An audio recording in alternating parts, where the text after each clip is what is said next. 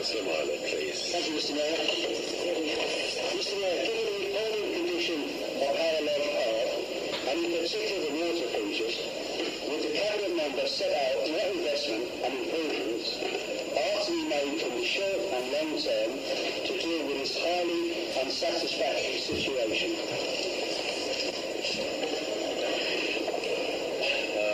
Who's going to answer that? Councillor Curtis. Yes, of course. Councillor Curtis. I'm very grateful to Councillor Marlow for the question.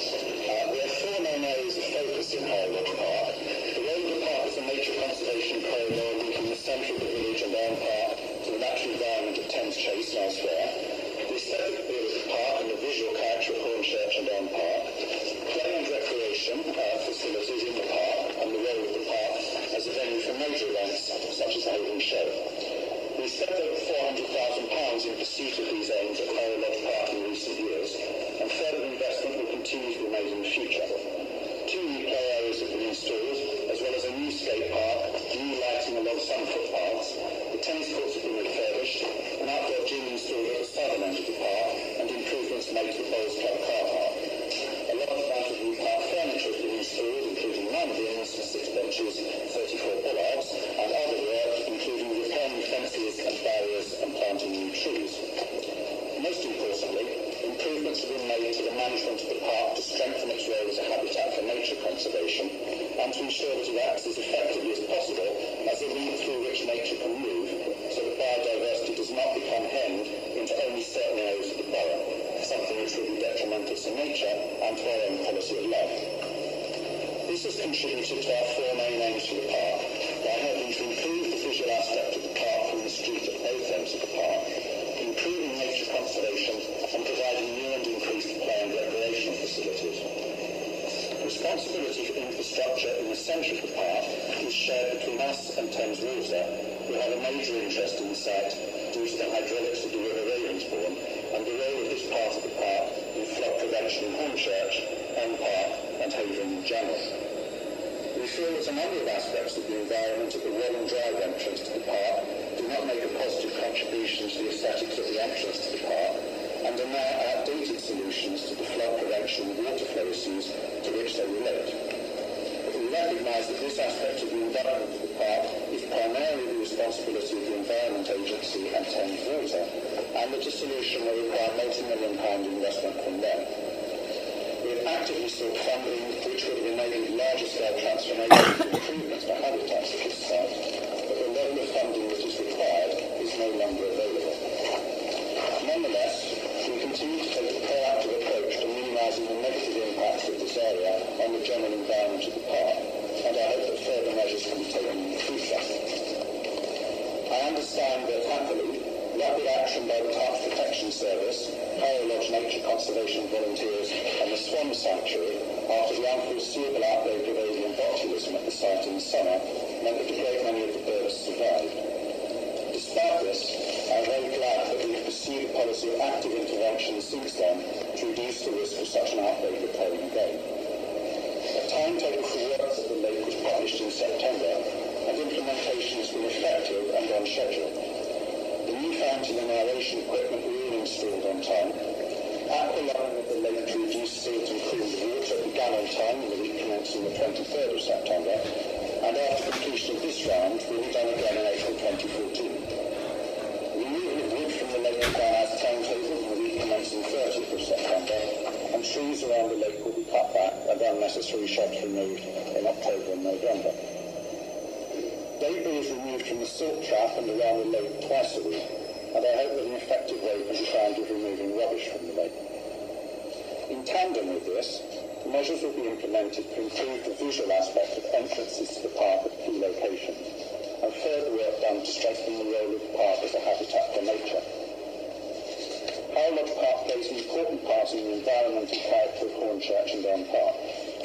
Writing in 1917, the first historian of Hornchurch, C.T. Perfect, said of the village, that I quote, "The sight of the golden corn in August, when the fields are ripe for harvest, is a thing of beauty, and worth coming many miles to see."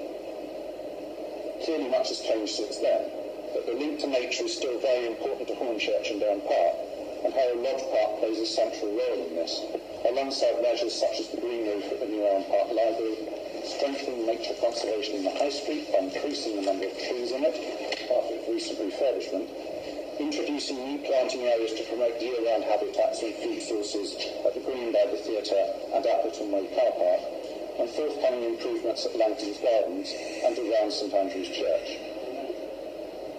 In this context, there is no foundation for Councillor Mylode's view that Harrow Lodge Park is in an appalling condition or that there is anything highly unsatisfactory about it, something which seems borne out by the fact that he has never felt moved to raise any concerns about the park with me. In contrast, we will continue to take a coherent approach to further improving nature conservation, the environment, play and recreation facilities and events at this important site. And I note with great satisfaction that 80% of the over 1,000 residents of Elm Park, St Andrews and Highlands wards who responded to the recent Your Council, Your Say survey said they were very satisfied or satisfied with the parks in their area. And this was one of the highest scores for any service among those respondents. We agree with them that the quality of the park is very important and will continue to make improvements to reflect that view in the future. In the meanwhile, I'm very grateful to Harrow Lodge Nature Conservation volunteers and to the Borough's excellent Parks Department for the work which they do at this complex site and look forward to further improvements here in the future. Please, no applause. Yes, Councillor. The problem with Councillor Curtin is he says a lot of words, Mr Mayor, but there's very little substance. My question is, can we be assured there will be open and transparent consultation to include all affected residents in general, especially in respect of discussions with the Water Board and other public utility undertakings?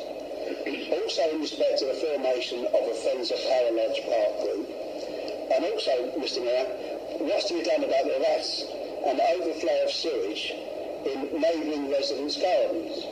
Now, there's no mention of timescales. That has nothing to do with... Well, he mentioned the Queen's Theatre, he mentioned the library, he mentioned Hornchurch Town Centre, and that had nothing to do with Harrow Lodge either. So, that's certainly very good for the calendar. What we want to know, Mr Mayor, is what will be done when will there be proper consultation, bearing in mind that the place is fairly overrun with rats, and I appreciate where he's coming from in respect to conservation, but nevertheless there's a part there, Mr Mayor, that's a national disgrace, and something has to be done about it. If Councillor Myler would care to email me or communicate with me in some other way, I'd be very happy to take up those points for him. As I say, he's never contacted me about Harrow Lodge Park before. Harrow, he never contacted me. We're not having any debate. Please sit down. Please sit down. And yet, Councillor Myler knows he needs to speak to me. I've been very glad to respond to all of the emails that I've received about Harrow Lodge, and I've been very touched at the gratitude people have expressed to me for the work that I've been able to push forward there, and I look forward to carrying on working with them in the future.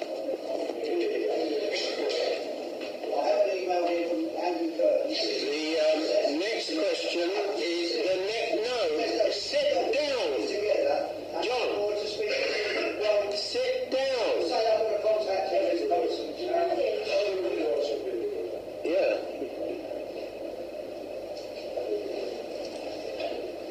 The next question is